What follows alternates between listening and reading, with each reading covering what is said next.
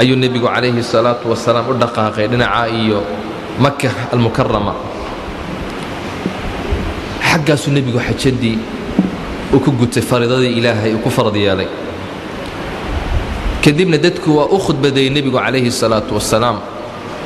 waxa uu ku lahaa: ayuha annaas, innahu laa nabiya bacdii walaa ummatan bacdakum, alaa facbuduu rabbakum wasalluu khamsakum wasuumuu shahrakum waatuu zakaata amwaalikum tiibatan biha anfusukum. nebigu waxa uu lahaa: dadow, nebigii ugu dembeeyey waa aniga, nebi iga dambeeya ma jiro. ummadahana ummaddii ugu dambaysay ininka ah, ummad iniga dambaysa ma jiro. dadow, rabbigiin caabuda, shantiinna wakhti ka adkaada oo tukada, bishiina ramadaanna sooma, sakada maalkiinana bixiya, baydka ilaah u xajiya. dadka mas-uuliinta inni ah amarkooga adeeca, tadkhuluu jannata rabbikum, jannada rabbigiin ayaad gelaysaan. nebigu wuxuu xajadda ugu bayaaniyey dadka wax alla wixii islaamka muhiim ahaa oo dhan ayuu nebigu sharcigii ilaahay ayuu ku muujiyey, wuu bayaaniyey nebigu calayhi salaatu wasalaam. dadka oo dhan qof walbi waxaa lagu leeyahay mucjizaadka waxaa ka mid a qof walbi meeshaa uu joogay ayuu khudbadda nebiga ku maqli jiray calayhi salaatu wasalaam. kadib nebigu markuu u bayaaniyey dadka ayaa waxa uu ku yidhi: wa antum tus'aluuna cannii famaa antum qaa'iluun. ininkana waan ili weyddiin doonaa, rasuulkii ilaahay ma inii yimid, dacwaddii ma ini gaarsiiyey ayaan ili odhan doonaa. wardadow maxaad ku jawaabi doontaan buu nebigu yidhi calayhi salaatu wasalaam.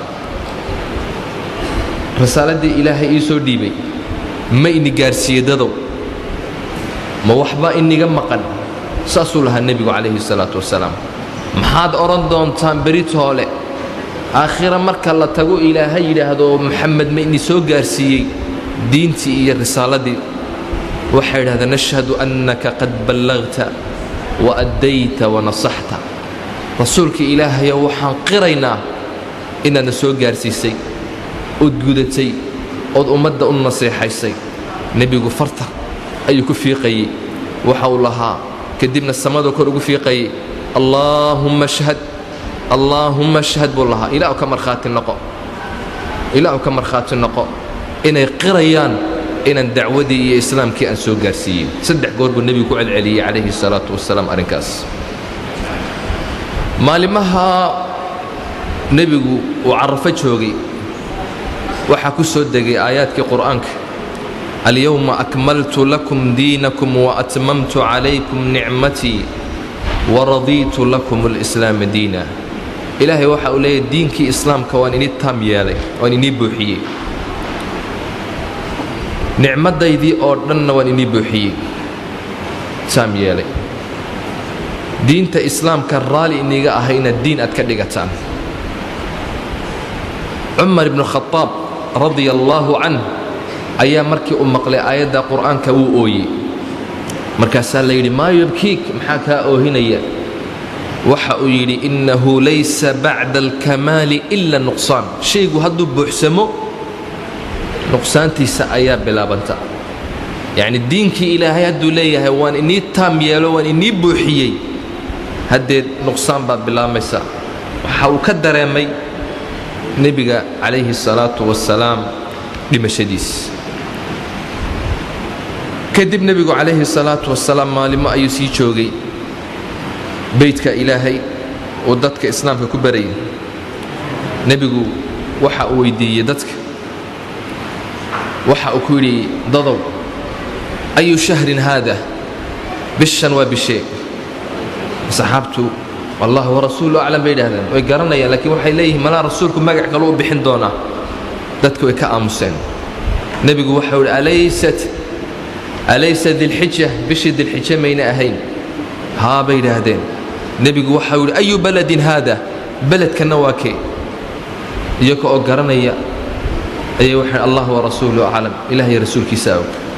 nebigu waxa uu yidhi: miyuuna ahayn beledkii ilaahay?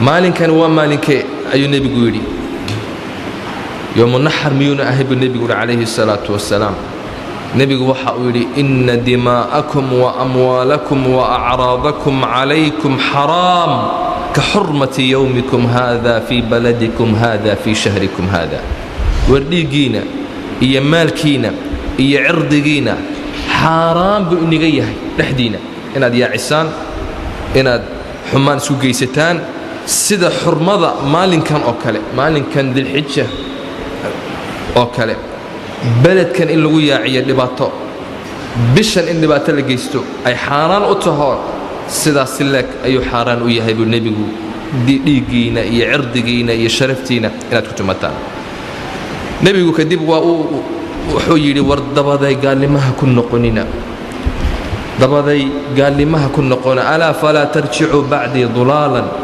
yadribu bacdukum riqaaba bacd nebigu wacdi dheer ayuu ummadda u jeediyey waa sabootinayaa nebigu diintiibuu u bayaaninayaa nebigu calayhi salaatu wasalaam wuu ku adkaynayaa markay nebiga intaa uu ku akhriyey ayaa waxa uu yidhi alaa ballaqt dadoo ma ini gaarsiiyey nacam bay yidhaahdeen markaasaa waxaa yidhi allaahuma ashhad ilaahu markhaati ka noq war kiina jooga ee maqlaya kiina maqan ha gaarsiiyu yidhi nebigu calayhi salaatu wasalaam nebigu maalimuu sii joogay kadib markii uu dhammaystay acmaashii nusukii xajaddii markii uu dhammaystay hashiisii qaswa ayuu raacay nebigu madiine ayuu dib ugu noqday calayhi salaatu wasalaam nebigu waxa uu dareemay dhimashadiisii inay dhowdahay ayuu dareemay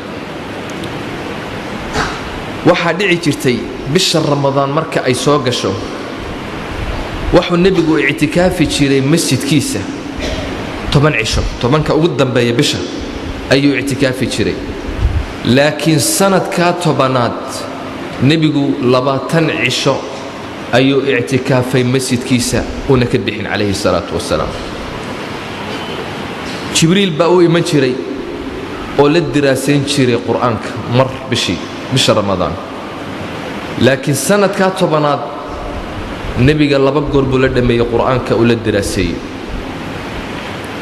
nebigu xajatalwadaac dadka waxa uu ku lahaa innii laa adri ma huwa dadow ma garanayo lacallii laa alqaakum bacda caami haada bihada almowqifi abada ma garanayo dadow waxaa laga yaabaa inaan sanadka soo socda aan meeshan aan ku kulmi weyno saasuu lahaa nebigu calayhi salaatu wasalaam wuxuu ku lahaa dadka khuduu cannii manaasikakum falacallii laa axuju bacda caami haada dadow acmaasha habka loo xajiyey iyo iga qaata buu lahaa nebigu iga barta aniga waxaa laga yaabaa inaan sanadka dambe aan soo xajiyi kari waayo kadib waxaa soo degay suuratu nasri ayaa ayaamu tashriiq nebiga ku soo degay calayhi salaatu wasalaam bishii safar sanadkii 11aad waa bilowgii bishii safar bishan ay dumarku yidhaahdaan nebigay la safartay calayhi salaatu wasalaam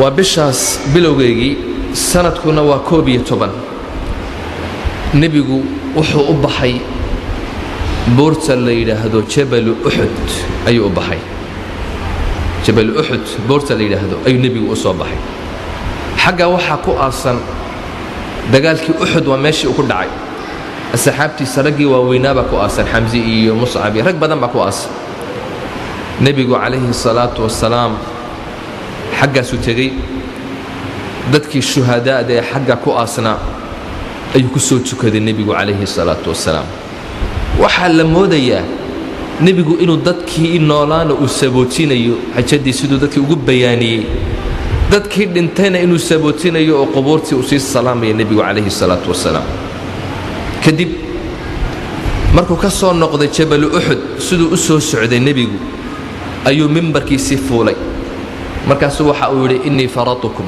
dadow waan iniga sii horayn wa innii shahiidun calaykum korkiinana markhaati baan ahay waan inigu markhaati furi wa innii wallaahi laa anduru ilaa xawdiya al'aan aniga oo xaggaa jooga xawdkayga iyo darkayga ayaan anuu xaggaa jooga arkayaa buuhi nebigu calayhi salaatu wasalaam